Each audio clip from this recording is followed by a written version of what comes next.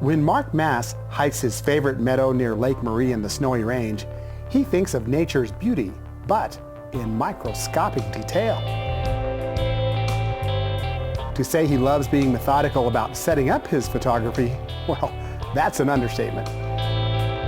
Insects and flowers, up close, with Wyoming photographer Mark Mass, next on Wyoming Chronicle.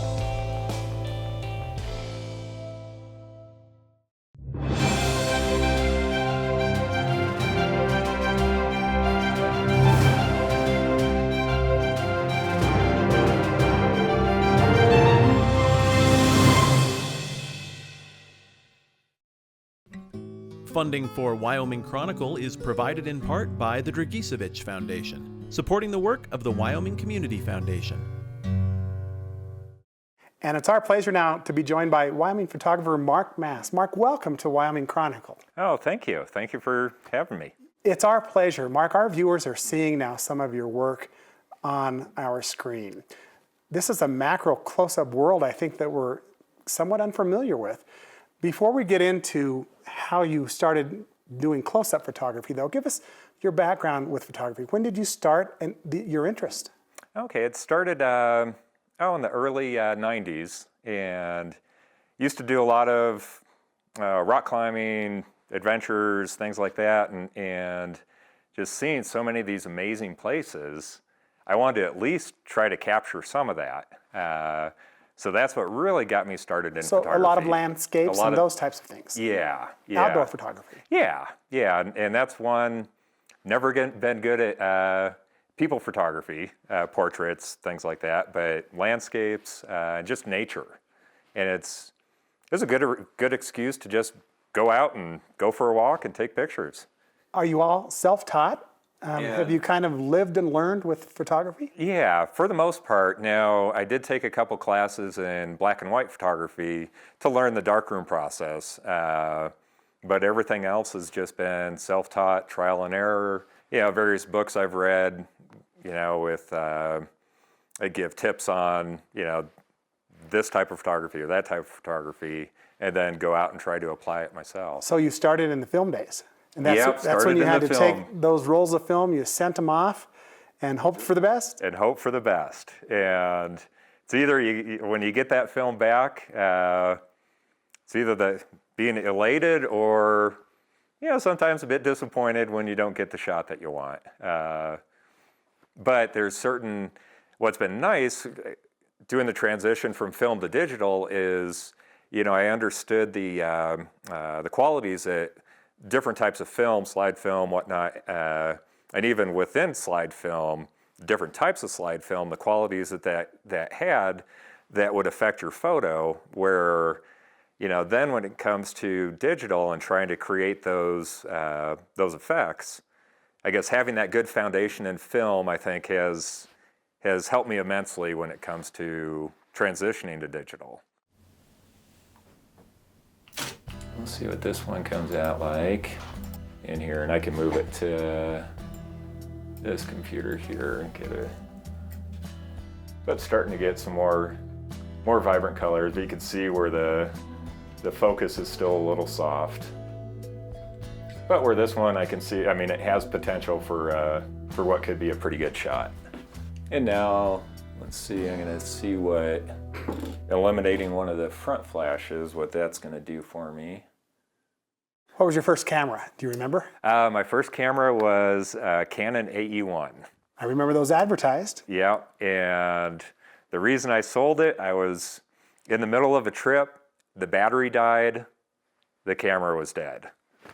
So after that, then I purchased a Nikon FM, which is an old manual focus camera that's entirely mechanical. The only thing that runs off of the battery is a light meter. So if your battery dies, you can still shoot, and there's a thing called the sunny f16 rule. So if it's a sunny day at an f-stop of 16, your shutter speed will be the closest to what your film speed is. Okay. And that'll produce so say 125, you would set it at 125th. Yep. Okay. And that'll give you a proper exposure. I remember my dad walking around with a manual light meter. Ever use one of those? I've never used a manual. But what's nice about some of the newer cameras is having a spot meter. Right. So, and that's where I really do a lot of my metering is with a spot meter, because Give you more finite, precise light at a point rather than the ambient light of a whole scene. exactly. So there was a time, though, you transitioned from taking these beautiful landscape pictures, and your landscape work is really cool, Oh, thank you. something a little more close up. What was the time, or what made you want to do that? Well, part of it, with my love of, I have a love of nature, and just really got interested in the little details of nature. And it started off years ago, living in Seattle. I picked up my first bellows for the close-up work, and did some photos of just some of the flowers in the flower garden, and was able to achieve the black background, was able to achieve some really good detail.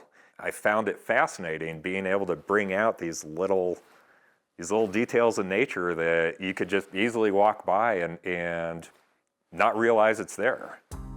These are my samples. What I'll do is break down whether it's a butterfly, moth, whatever, I'll pin it down and then carefully snip off the wings. And the whole time I wear a surgical mask, because any breath, the wing will just go flying. And then get them in these little card cases. And then when I decide I want to shoot something, what I'll do is I use like an old slide table with a fluorescent light, and then use a loop. So basically I'll put this on a slide table, and then I'll just start looking through the wings, just trying to find some interesting patterns or colors. I was having dinner at my parents' house and noticed a green lacewing, dead bug on their windowsill. So this is a photo from just this little bug that I found on their windowsill.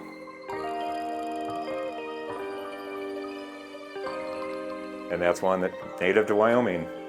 And then once I decide on something, then throw it in my setup and see what I can come up with.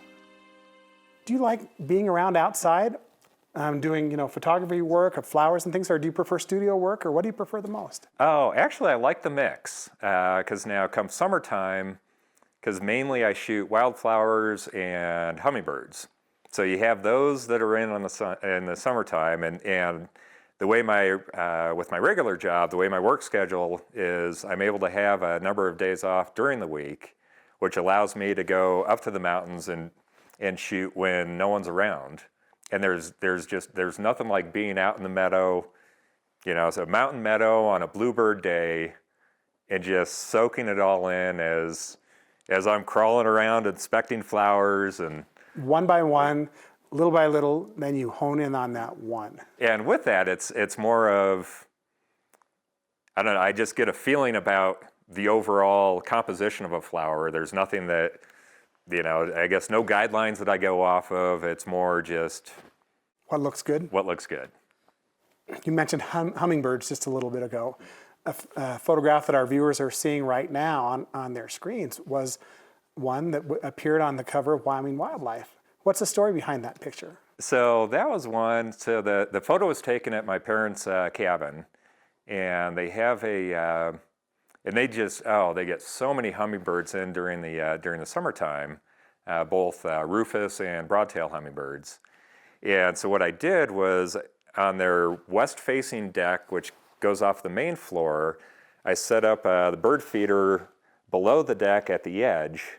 So then in the late afternoon on a clear day, and like perfectly clear day, the sun there's a period of time where the sun shines down and creates a deep shadow from the deck behind where the feeder is. The black background. The black background. Mm-hmm. But when the birds come in to feed, they're in direct light. So by exposing for the bird, and I'm shooting at like 0.02 of a second, then the bird's is perfectly exposed, but then that just blacks out the background, creating that lighting effect. You entered the picture to be on the cover. How did you learn that you, in fact, were the winner?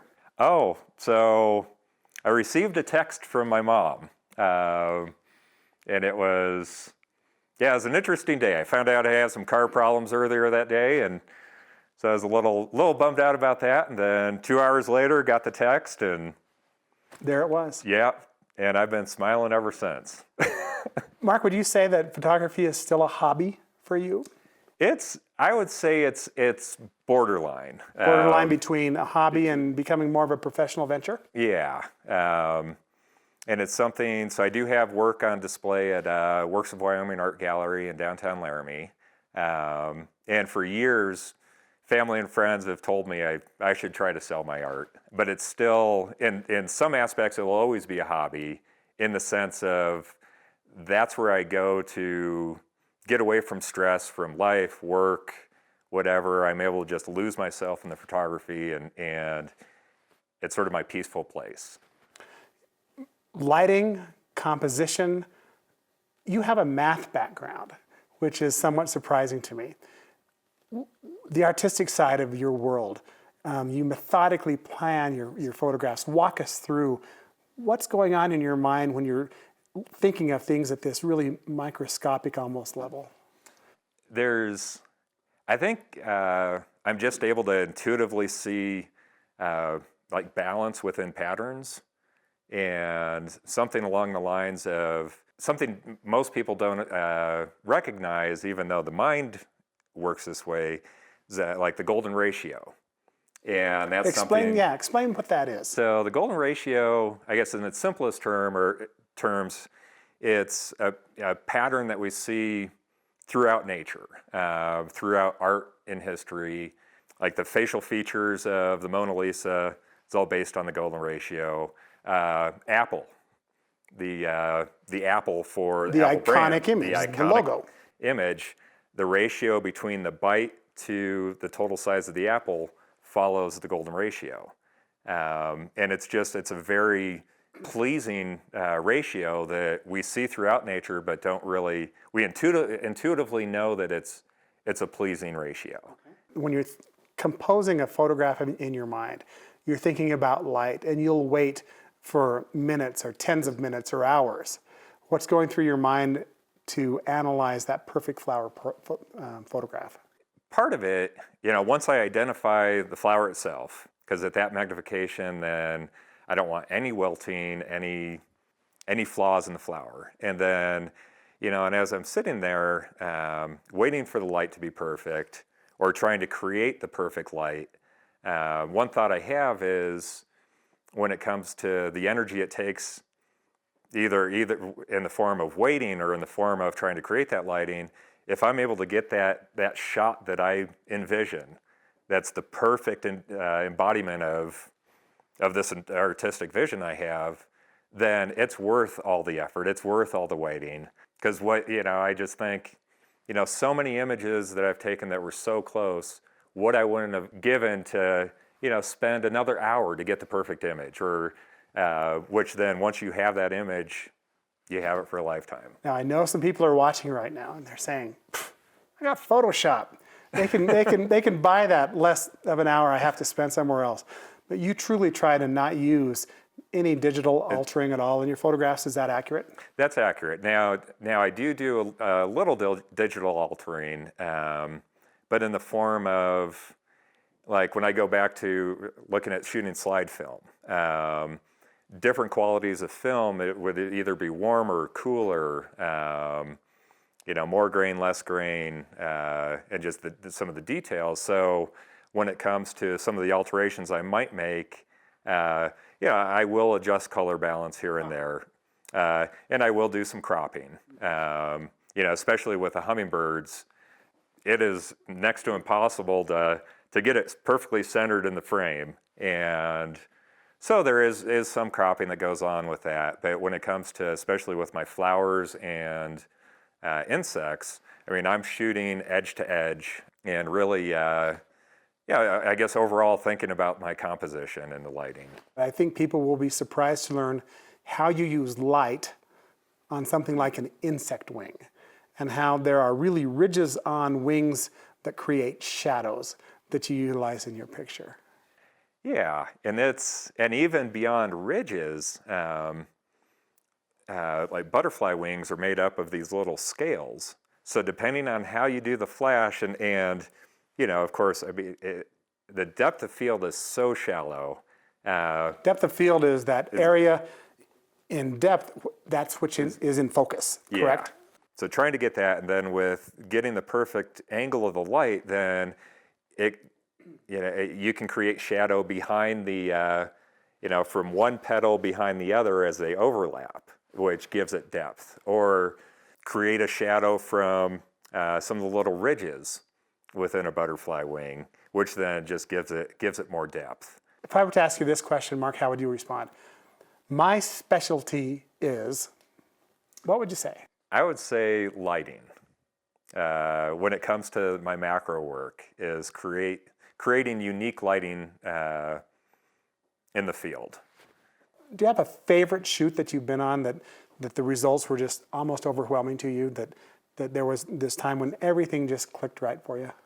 There was. It was a few years ago, I went down to the Yankee Boy Basin area outside of Ouray, Colorado.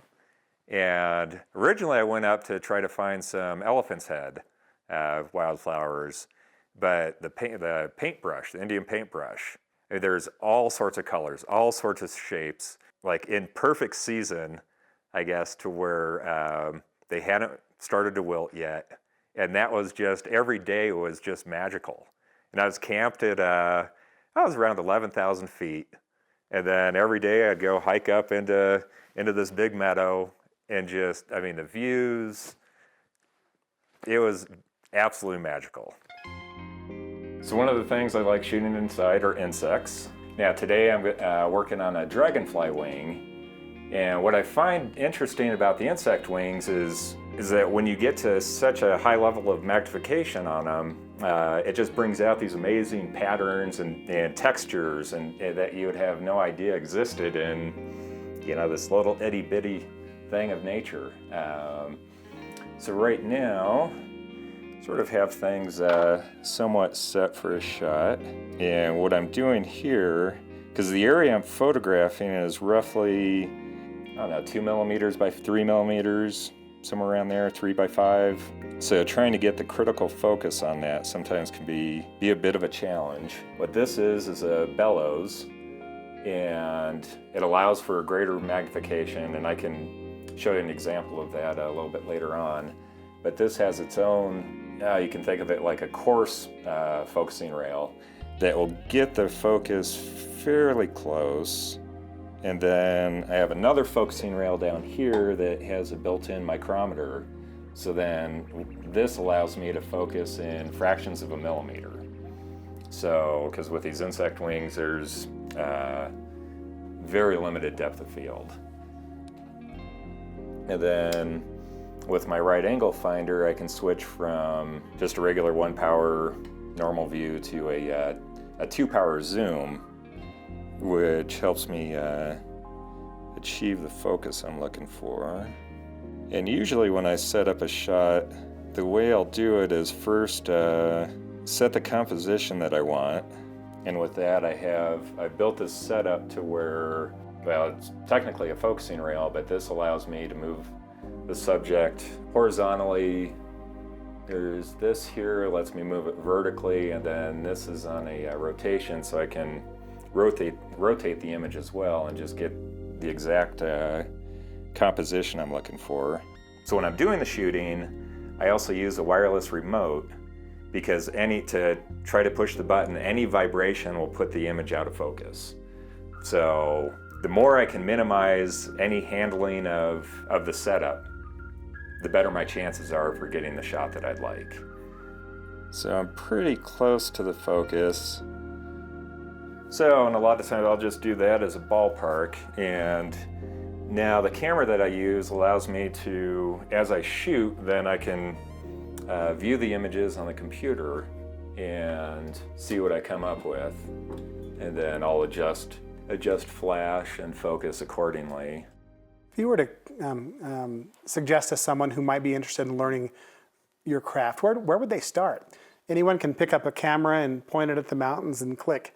But your world is a different world with macro photography and close-ups.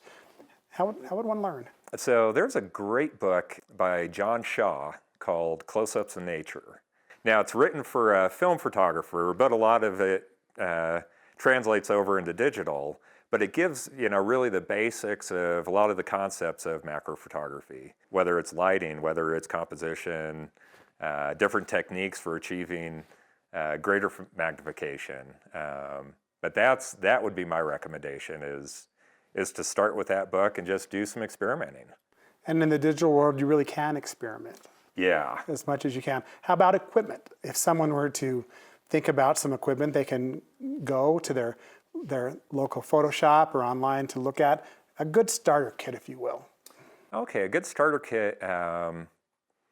Almost, and this is something I'm not positive about, but I think some cameras, like a standard lens, which would be like a 50 millimeter lens, if you reverse mount that onto your camera. And now when it comes to digital cameras, I'm not sure if all digital cameras will accept the adapter for reverse mounting, but if they do, then that gives you, and I'm not sure what the magnification level is, but it's a really good magnification. Place to start. Yeah, a good place to start without spending any extra money on specialized equipment, because macro equipment can get pretty pricey. But be able to experiment with what you have, and if it's something that you're interested in, then you can move on to other areas or other equipment. We're here on the border of Kirk Gowdy State Park. Is there a photograph out there that you really want to get this summer? What's next on your list? Oh, next on my list isn't a landscape. It's I really want to get a good mountain bluebird. I want to chase down a mountain bluebird and try to get a good shot of that. Now another one that's been on my list too are the goldfinch will come in. And so one thought is to set up a similar thing with a thistle sock as I do with the hummingbirds and see if I can get some goldfinch isolated against a black background. Favorite time of day? Do you have a favorite time of day that you like to get out to do your work? Mornings and afternoons. Midday is tough. And really for the type of work I do, early morning and evening, the sun's too low to really create the light that I'm looking for. Which some photographers really like for landscape photography. Yeah, for oftentimes. landscape, having the magic hour is wonderful. But yeah, for macro, a little bit different. Any other body parts, if you will, that interest you that you want to maybe photograph? And I'm thinking of maybe either, if not insects, maybe scales of fish or maybe eyes or legs or anything that really grabs you? So that's one, at some point I would love to shoot the human eye. And, whether you're talking a live human eye, I'm sure. A live human eye. Oh my goodness, okay. Because I would love to get the detail of a blue eye, a hazel eye, a brown eye. But at that crazy level of magnification. So I at some point need to find some patient volunteers. And as methodical you are, they really would need to be patient. Yeah. Yeah. And other than that, then, and there's like tree bark. There's a lot more that I'd like to do in the field when it comes to macro, other than just the wildflowers and that. You said earlier, Mark, and then we're going to get to your studio, that you're interested in transitioning this to more of a professional level. How do you plan to, is it an online world where photographs can live? Is it through displays? Or how do you maybe plan, if people are more interested to see Mark Mass photography, where can they see it? So, of course, right now I have it in the one gallery in Laramie, Works of Wyoming, but I think the way that the future is, it's got to be digital. And so I guess my biggest challenge is figuring out where do I get it out there digitally. I've recently started an Instagram account that I'm able to post some of my photos. But there's so many photographers out there putting so much art out in the world. I guess that's a big challenge, is figuring out how do you, even though mine is a pretty niche type of photography, how do you get it out there? That's 64,000. Really encourage our viewers. We're showing them your Instagram address right now on the screen. For any given insect, I might take a couple hundred photos to try to achieve the image I'm looking for. And now I can't rotate the image on here, so I sort of have to tilt my head and try to visualize. Now this one is a little bit overexposed, so the adjustments are made via the flash, not the shutter speed. Let's see what this one comes out like. This computer here, I guess when I'm shooting the insects, because now the one thing with a flash, based on the angle that you use, now with butterflies, there's texture within a butterfly wing to where with flash, then I'm able to create shadows. And now with dragonfly wings, then based on how you do the flash, then it'll create a blue sky. It'll bring out the ribs, or if you want to, then reduce the rib color so that it blends more in to create this, an effect of what would be a mountain, or at least that's what I see right now.